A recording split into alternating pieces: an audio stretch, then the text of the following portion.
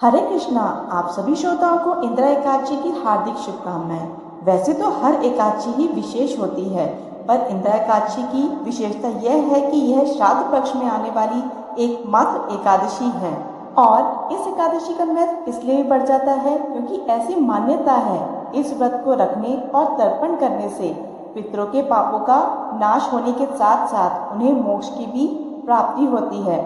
इसके साथ ही सुख संपत्ति, धन संपदा की भी प्राप्ति होती है। इस दिन भगवान विष्णु की पूजा करने से अनजाने में किए गए पापों से भी मुक्ति मिल जाती है।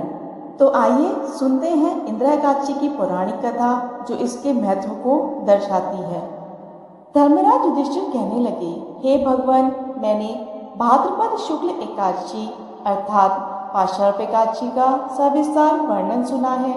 अब आप कृपा करके मुझे अश्विन माह के कृष्ण पक्ष की एकादशी के विषय में भी बतलाइए। इस एकादशी का क्या नाम है तथा इसके व्रत का क्या विधान है? इसका व्रत करने से किस फल की प्राप्ति होती है? भगवान श्री कृष्ण कहने लगे, अश्विन कृष्ण एकादशी का नाम इंदिरा एकादशी है। यह एकादशी पापों को नष्ट करने वाली तथा पितरों को अधोगति से मुक्ति देने वाली होती है। हे राजन, ध्यान पूर्वक इसकी कथा सुनो। इस कथा को सुनने मात्र से ही वाजपेयी यज्ञ का फल मिलता है। प्राचीन काल के सतयुग के समय में महिष्मती नाम की एक नगरी में इंद्रसेन नाम का एक प्रतापी राजा धर्मपूर्वक अपनी प्रजा का पालन करते हुए शासन करते थे। वह राजा पुत्र, पौत्र और धन आदि से संपन्न और भगवान विष्णु के परम भक्त थे। एक दिन जब राजा सुखपूर्वक अपनी सभा में बैठे थे तो आकाश मार्ग से महर्षि नारद उतरकर उनकी सभा में आए। राजा उन्हें देखते ही हाथ जोड़कर खड़े हो गए और विधि पूर्वक आसन व अर्घ्य दिया। इसके पश्चात सुख से बैठकर मुनि ने राजा से पूछा कि हे राजन, आपके सातों अंग कुशल पूर्वक तो हैं, तुम्हारी बुद्धि धर्म में और तुम्हारा मन विष्णु भक्ति में तो रहता है। देवर्षि नारद की ऐसी बातें सुनकर राजा ने कहा, हे महर्षि, आपकी कृपा से मेरे राज्य में सब कुछ कुशल है तथा मेरे यहाँ यज्ञ कर्म आदि सुकृत हो रहे हैं। आप कृपा करके अपने आगमन का कारण कहिए। तब ऋषि कहने लगे कि हे राजन, मैं जो वचन आपसे कहने वाला हूँ उसे सुनकर आप आश्चर्य में रह जाएंगे। मैं एक समय ब्रह्मलोक से यमलोक को गया।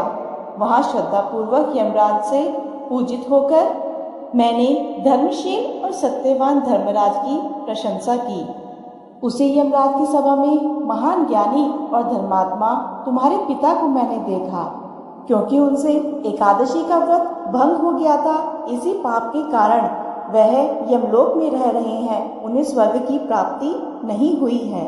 सो उन्होंने यह संदेश तुम्हारे लिए भेजा है। इस संदेश को तुम ध्यानपूर्वक सुनो।